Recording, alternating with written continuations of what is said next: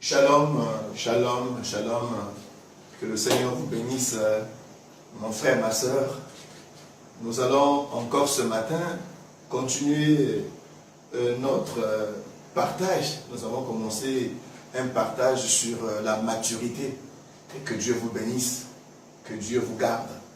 Seigneur, nous voulons te recommander ces instants. Merci Saint-Esprit de ce que tu vas encore nous enseigner ou nous conduire. Je prie pour mon frère, ma soeur, qui est en train de suivre ce message, qui soit comblé par toi au nom de Jésus. Que cette année soit une année particulière pour sa vie, sa maison. Au nom puissant de Jésus-Christ, nous avons prié. Amen. Nous allons donc continuer par la grâce de Dieu notre échange sur la maturité. Aspirer à la maturité. Nous avons la fois passée donner des raisons pourquoi nous devons développer ce thème.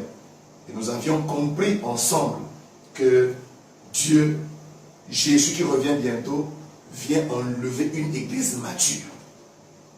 Et deuxièmement, il confie sa gloire à des personnes qui sont matures. Et donc, ce matin, par la grâce de Dieu, nous allons essayer d'aller en profondeur, donner quelques exemples pratiques. C'était un peu l'introduction de la semaine passée. Nous allons parler maintenant sur le profil d'un chrétien immature. Comment on peut reconnaître un chrétien immature? Mais ce que je veux enseigner, s'il te plaît, ne regarde pas chez ton frère ou chez ta soeur en recherchant ces éléments et en l'accusant, en la condamnant. Mais recherche ça en toi-même et moi aussi, je veux rechercher ça en moi-même. Ça va nous aider à nous rendre compte justement que nous sommes immatures et nous devons donc rechercher la maturité. Nous avons deux textes à lire avant d'aller en profondeur. Déjà dans le texte que nous avons proposé, l'émission passée sur Ephésiens 4, je veux lire vers la fin. Ephésiens 4, à partir du verset 11-14, la Bible nous a dit que vers la fin, jusqu'à ce que nous parvenions à l'unité de la foi, verset 13, à la connaissance du Fils de Dieu, à l'état d'homme fait, à la mesure de la stature parfaite de Christ, afin que nous ne soyons plus des enfants, flottants, emportés à tout vent de doctrine, par la tromperie des hommes, par leur ruse dans les mots de séduction, mais que nous professons la vérité dans la charité. Donc déjà ici même, on nous parle de ce qu'un enfant dans la vie chrétienne fait, afin que nous ne soyons pas des enfants flottants, emportés.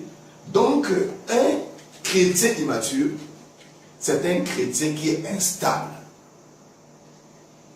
qui, vous allez souvent constater, il n'est pas assis dans une église, il change des églises tout le temps, parce qu'il pense que c'est en changeant d'église qu'il va trouver la solution.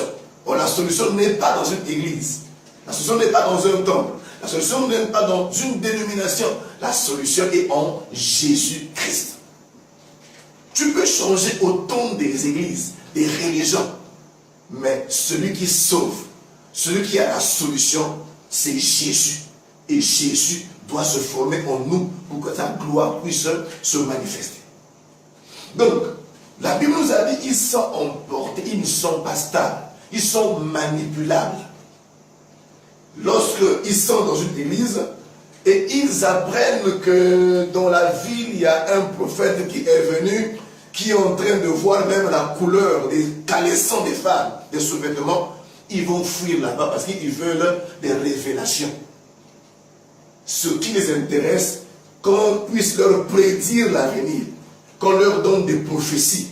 Mais frères et sœurs, toi qui me suis ce matin, la plus grande prophétie, c'est ça, c'est la Bible.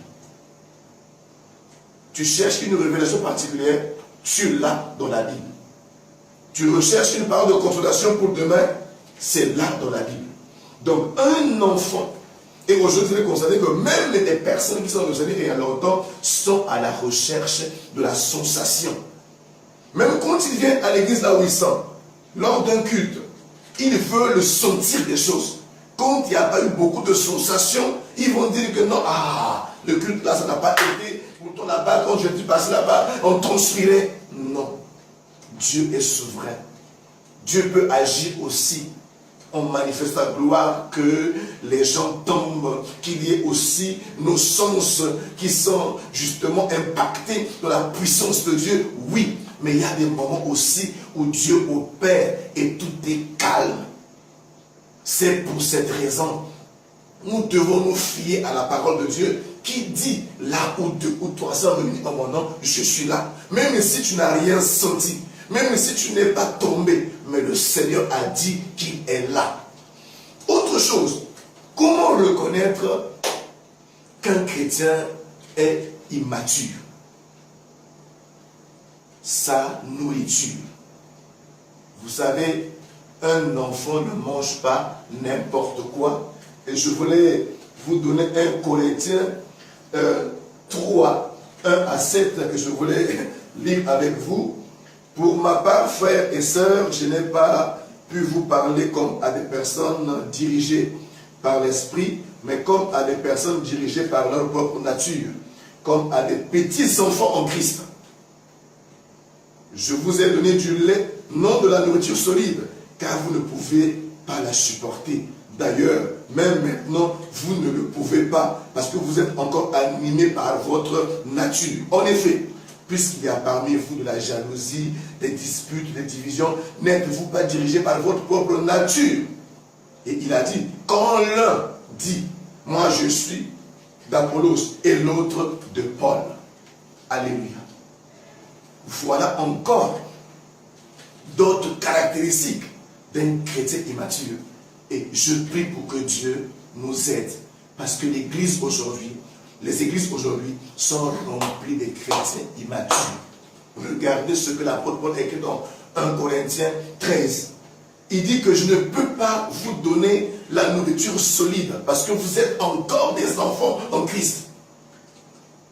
Et il y a beaucoup d'enfants aujourd'hui. Et il dit, puisque au milieu de vous il y a de la jalousie, aujourd'hui dans nos églises, la jalousie, cette jalousie qu'on n'a même pas rencontrée dans le monde, même dans nos familles adamiques, mais qu'on rencontre à l'église. Ce sont des signes d'immaturité. Et l'apôtre Paul a dit, il y a même des divisions. Aujourd'hui, les chrétiens sont divisés. Les églises, il y a des camps, il y a des clubs. Et ils sont arrivés même un peu plus loin, à Corinthe. Ils ont dit que certains étaient d'Apollos et d'autres de Paul. C'est ça qui crème les tensions dans nos églises aujourd'hui, même dans une seule église.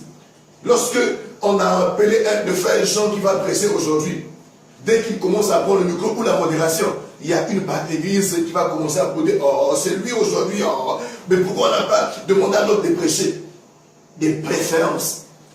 Les Corinthiens commençaient à dire, moi je suis de Paul et l'autre d'Apollos. Mais des chrétiens qui sont passés par les eaux de baptême, qui ont confessé Christ, mais qui sont toujours des enfants. Et je voulais vous rappeler ici que Corinthiens, l'église de Corinthe, c'est l'une des églises qui a manifesté la puissance et la manifestation des dons spirituels.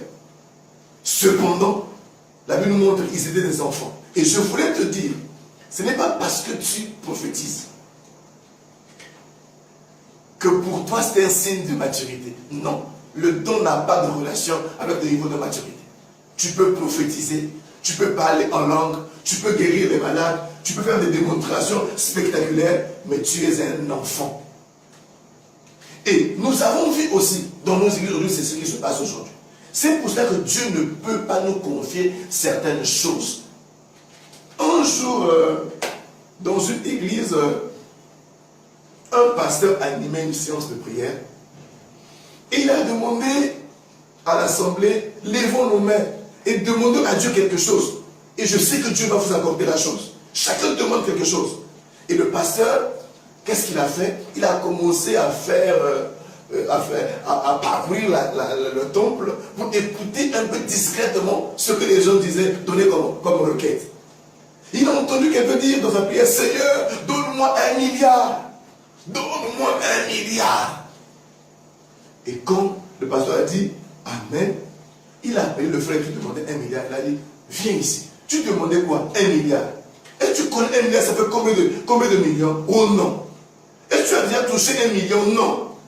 Voyez, ça c'est ce qu'on appelle l'immaturité. Parce que si tu n'as pas encore géré 1 million, 2 millions, et Dieu te donne 1 milliard, il va te tuer. Il y a beaucoup de personnes aujourd'hui qui demandent une voiture. Mais dès que Dieu donne la voiture, quand tu viens à l'église, la démarche a changé. Tu es encore un enfant, tu ne pourras pas te donner ce miracle. Et autre caractéristique d'un enfant, c'est que les enfants souvent ont une nourriture, je le disais tout à l'heure, sélective. Ils aiment des chips, ils aiment des bananes plantains, ils aiment des yaourts, mais ils n'aiment pas ce qui est solide. Et c'est ça aussi que nous voyons aujourd'hui dans l'église, les chrétiens immatures, lorsqu'ils viennent à l'église, vous prêchez sur la bénédiction, ils vont dire Alléluia, soyez bénis, Amen, recevez, Amen. Quand on dit fouiller la publicité, ils sont fâchés. Parce que justement, ils ne sont pas habitués à manger du solide. Et même quand ils lisent la Bible, ils lisent là où il y a des promesses. Ils lisent ça, il a dit, la Bible a dit que nous sommes sur la tête et non la queue. Mais quand il arrive là, on a dit, fouiller le péché, ils sortent. Parce que justement, ce sont des enfants, ils aiment des sucreries, ils aiment des bonbons. Et quand ils lisent la parole de Dieu, ils aiment les psaumes. L'Éternel est mon berger, je ne manquerai de rien. Ce sont des signes d'immaturité. Et quand le pasteur a prêché un message et qui a touché son problème, il est fâché. Le pasteur a prêché contre moi. L'église là est mauvaise. Les gens parlaient mal de moi et le pasteur est venu prêcher contre moi. Parce que justement, la parole a touché. Mais si dans l'église, on ne prêche pas contre toi, si la parole ne te touche pas, mais la parole n'a plus d'effet. Et c'est comme ça que les enfants se comportent. Et autre chose en conclusion, avant de continuer prochainement. Les enfants ont un souci de langage, c'est-à-dire qu'ils ne parlent pas bien. Un enfant ne parle pas bien, il mélange des termes. Et nous le reconnaissons aussi au niveau des chrétiens. Ils ne parlent pas bien. Quand vous lui demandez comment tu vas, ah, c'est difficile, ils se plaignent comme des enfants. Et c'est là aussi on peut reconnaître un chrétien immature. Il ne sait pas parler. Il se plaint tout le temps. Même quand tu vas le rencontrer parce que tu as un projet, je veux qu'il t'encourage. Il va tuer ton projet parce qu'il ne sait pas parler. Il a un problème de langage. Il n'a pas le langage de ceux qui sont matures, qu'on va développer prochainement, qui disent souvent, quand on leur demande qu'est-ce qu'il y a, tout va bien.